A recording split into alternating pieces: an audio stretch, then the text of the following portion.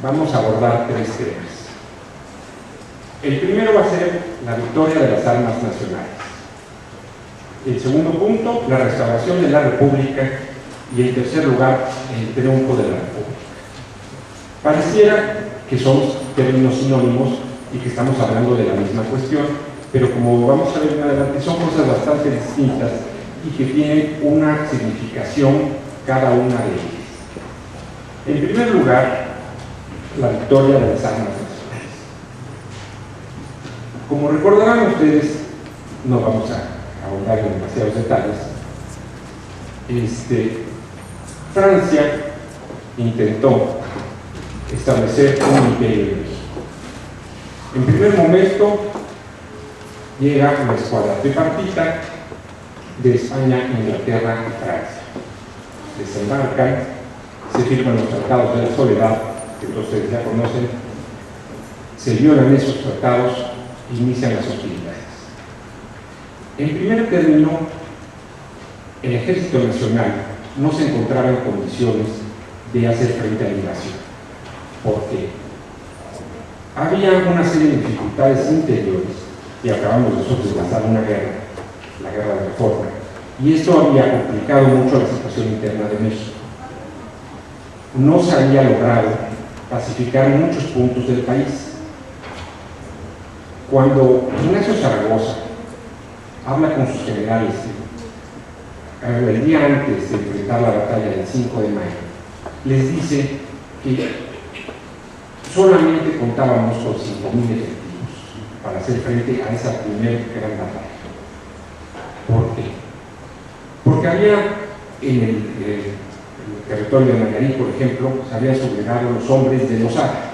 Lozada estaba causando muchos revueltos por todos sus territorios, y en Querétaro, por ejemplo, teníamos a Tomás Mejía, que también se había levantado en armas. Muchos de los que derrotados en la guerra de Reforma habían quedado esperando la oportunidad de tomar venganza. Así que en muchas partes de la República había alzamientos. No se podía concentrar las fuerzas de la República para hacer frente a la invasión. Con gran tino se manejaron muy bien los pocos recursos que conteníamos y se logró contener la primera andanada.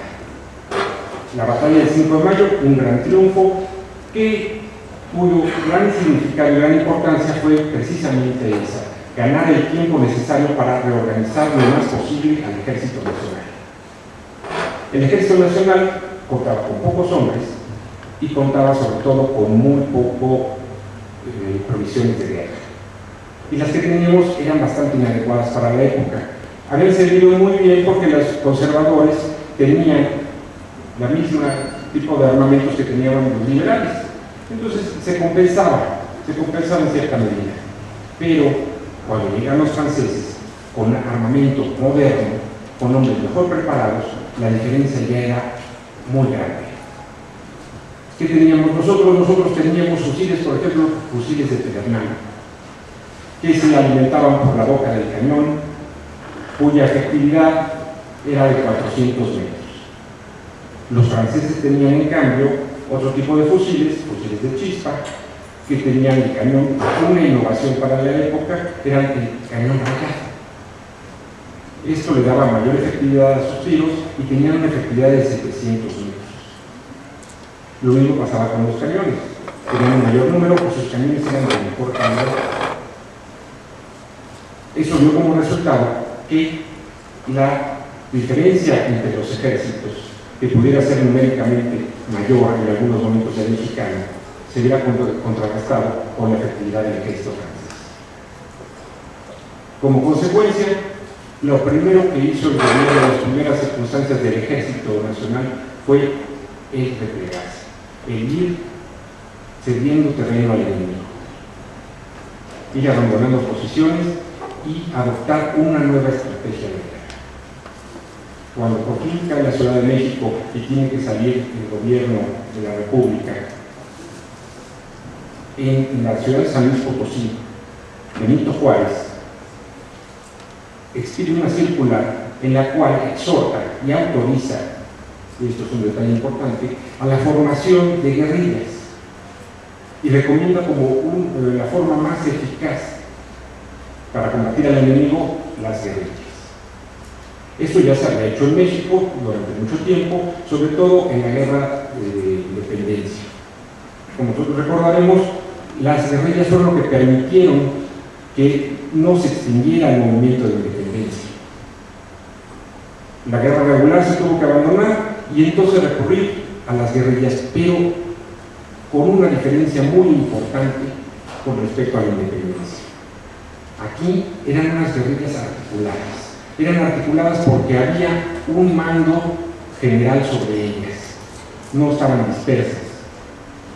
Dispersas sí en el territorio nacional, pero no dispersas en su orden, en su estrategia. Obedecían a un mandato superior. Obedecían y reportaban al presidente de la República, donde quiera que estuviera. Y Juárez hizo otra cosa muy importante con respecto a sus jefes guerrilleros. Los dotó de facultades extraordinarias. Esto significaba que tenían mando civil y militar en sus zonas de influencia y se convertían en comandantes militares y gobernadores,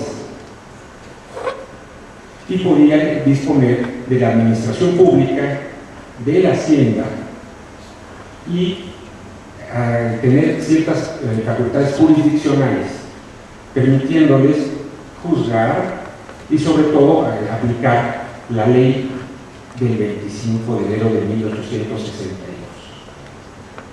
Esta es una ley muy importante, la veremos con más atención en su momento porque después tiene unas repercusiones importantes. La guerrilla les permitió ir organizándose y ir socavando la fuerza de la intervención. No de una manera contundente, pero sí ir minando, ir desgastando y hacer que el enemigo tuviera que gastar muchos recursos humanos, materiales y económicos en combatirla. Le restaba mucha efectividad al gobierno de la intervención y posteriormente a la regencia y por supuesto al imperio. Esto funcionaba bastante bien hasta que llegó el emperador. Cuando llega el emperador, viene una circunstancia que le da un golpe muy duro a la República, su esfuerzo de contener la intervención. Esto es, que muchos de estos jefes militares se pasaron al gran imperio. Un golpe muy duro fue, por ejemplo, Santiago Vidaurri, que dominaba el norte de la República. Otro general que se pasa al imperio fue Tomás Ojoran incluso había tenido un papel bastante importante en el triunfo del 5 de mayo. No estuvo él en Puebla, pero él estuvo encargado de contener al ejército de Márquez para que no se sumara al ejército francés. Y gracias a eso fue determinante el triunfo de Puebla.